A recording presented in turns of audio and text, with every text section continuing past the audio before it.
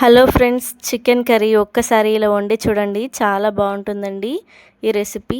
ఒక్క ముద్ద కూడా వదిలిపెట్టకుండా తినేస్తారు. అన్నం, రోటి, చపాతీలోకి చాలా బాగుంటుంది. ఇలా చిక్కగా గ్రేవీ పెట్టుకొని చికెన్ని ఒక్కసారి ఇలా వండి చూడండి. సూపర్గా ఉంటుంది. ఒక్క ముద్ద కూడా వదిలిపెట్టరు. మరి ఇంకెందుకు ఆలస్యం, దీనిని ఎలా వండాలో వీడియోలో తెలుసుకుందాం. ముందుగా స్టవ్ ఆన్ చేసి కడాయి వేడెక్కిన తర్వాత కడాయిలో కొద్దిపాటి ఆయిల్ని యాడ్ చేసుకున్న తర్వాత దాంట్లోనే మందంగా కట్ చేసుకున్న ఉల్లిపాయల్ని వేసుకొని చక్కగా ఫ్రై చేసుకోవాలి. ఇలా మందంగా కట్ చేసుకోవాలండి ఉల్లిపాయల్ని. ఇలా ఆయిల్ వేడెక్కినాక ప్యాన్లో ఆయిల్లో వేసి చక్కగా ఫ్రై అయితే చేసుకోవాలి. ఇలా ఫ్రై అయితే చేసుకోవాలండి ఉల్లిపాయలని.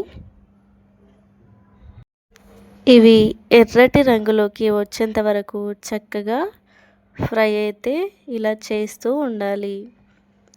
ఇలా గరిటెతో కలుపుకుంటూ ఫ్రై చేస్తూ ఎర్రటి రంగులోకి వచ్చిన తర్వాత ఇవి చల్లారిన తర్వాత మిక్సీ అయితే పట్టేసుకోవాలండి.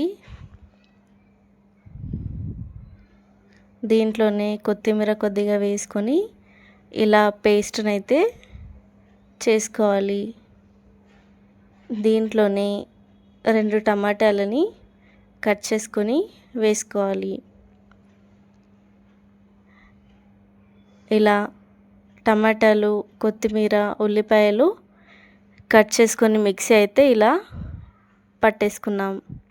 ఇలా మిక్సీ పట్టేసుకోవాలి. ఇలా మిక్సీ పట్టుకున్న తర్వాత పక్కకైతే పెట్టుకోవాలి. మరోవైపు ప్యాన్లో స్టవ్ ఆన్ చేసి ప్యాన్ వేడెక్కిన తర్వాత ఆయిల్ అయితే యాడ్ చేసుకోవాలి. ఇలా ఆయిల్ వేసిన తర్వాత కడాయిలో ఆయిల్లో ఉల్లిపాయలు, సన్నగా తరుగుకున్న ఉల్లిపాయలు వేసి 2 ఎర్రమిరపకాయలు వేసుకొని చక్కగా ఫ్రై చేసుకోవాలి వాటినైతే. వీటిని ఇలా ఫ్రై అవుతున్నప్పుడు దీంట్లోనే అల్లం వెల్లుల్లి పేస్ట్ అనేది వేసి చక్కగా ఒకసారి కలుపుకోవాలి.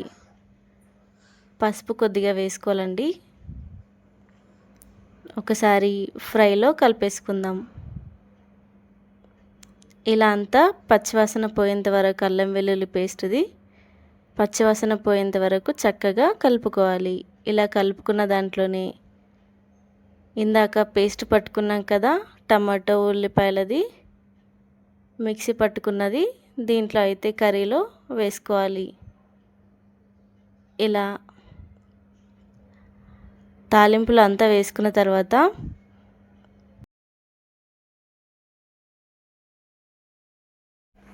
ఈ పచ్చివాసన అంతా కూడా పోవడం కోసం మీడియం ఫ్లేమ్లో లేదా హై ఫ్లేమ్లో పెట్టుకొని చక్కగా ఫ్రై చేసుకోవాలండి. దీంట్లోనే కసూరి మెతిని యాడ్ చేస్తున్నాను. ఇక్కడ కసూరి మెతి యాడ్ చేసి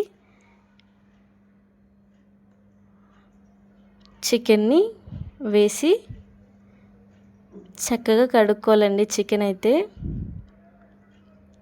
2-3 సార్లు చక్కగా చికెన్ని కడుక్కున్న తర్వాత కర్రీకి యూస్ చేయాలి. నేను 1/2 కిలో చికెన్ని కర్రీకి యూస్ చేస్తున్నాను. ఇక్కడ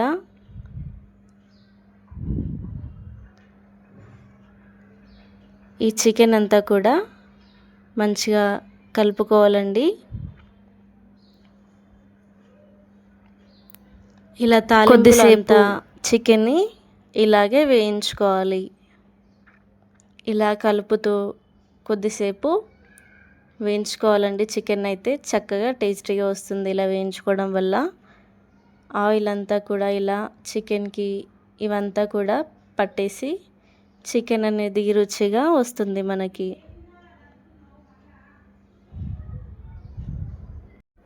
ఈ చికెన్లోని ఇలా ఫ్రై చేస్తూ ఉండగా 2 స్పూన్ల సాల్ట్ని అయితే వేసుకోవాలి.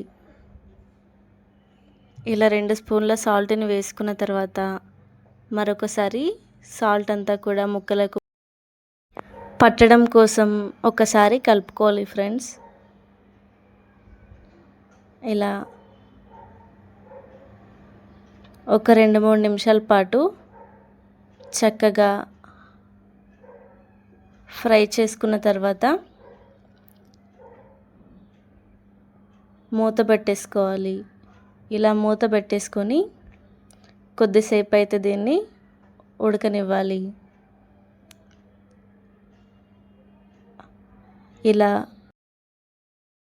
ఇలా మూత తీసి ఒకసారి కలిపేసుకొని మళ్ళీ మూత పెట్టేసుకోవాలండి.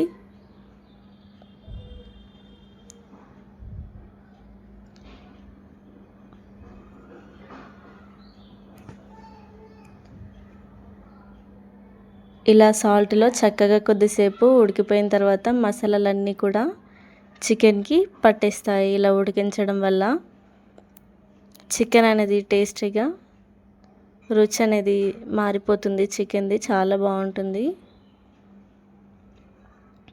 దీంట్లోనే కొద్దిగా 2 స్పూన్ల కారాన్ని అయితే వేసుకోవాలి. స్పైసీ కోసం స్పైసీ కావాలంటే మీకు 3 స్పూన్లైనా వేసుకోవచ్చు. నేను ఇక్కడ కర్రీలో అయితే 2 స్పూన్ల కారాన్ని వేసుకున్నాను.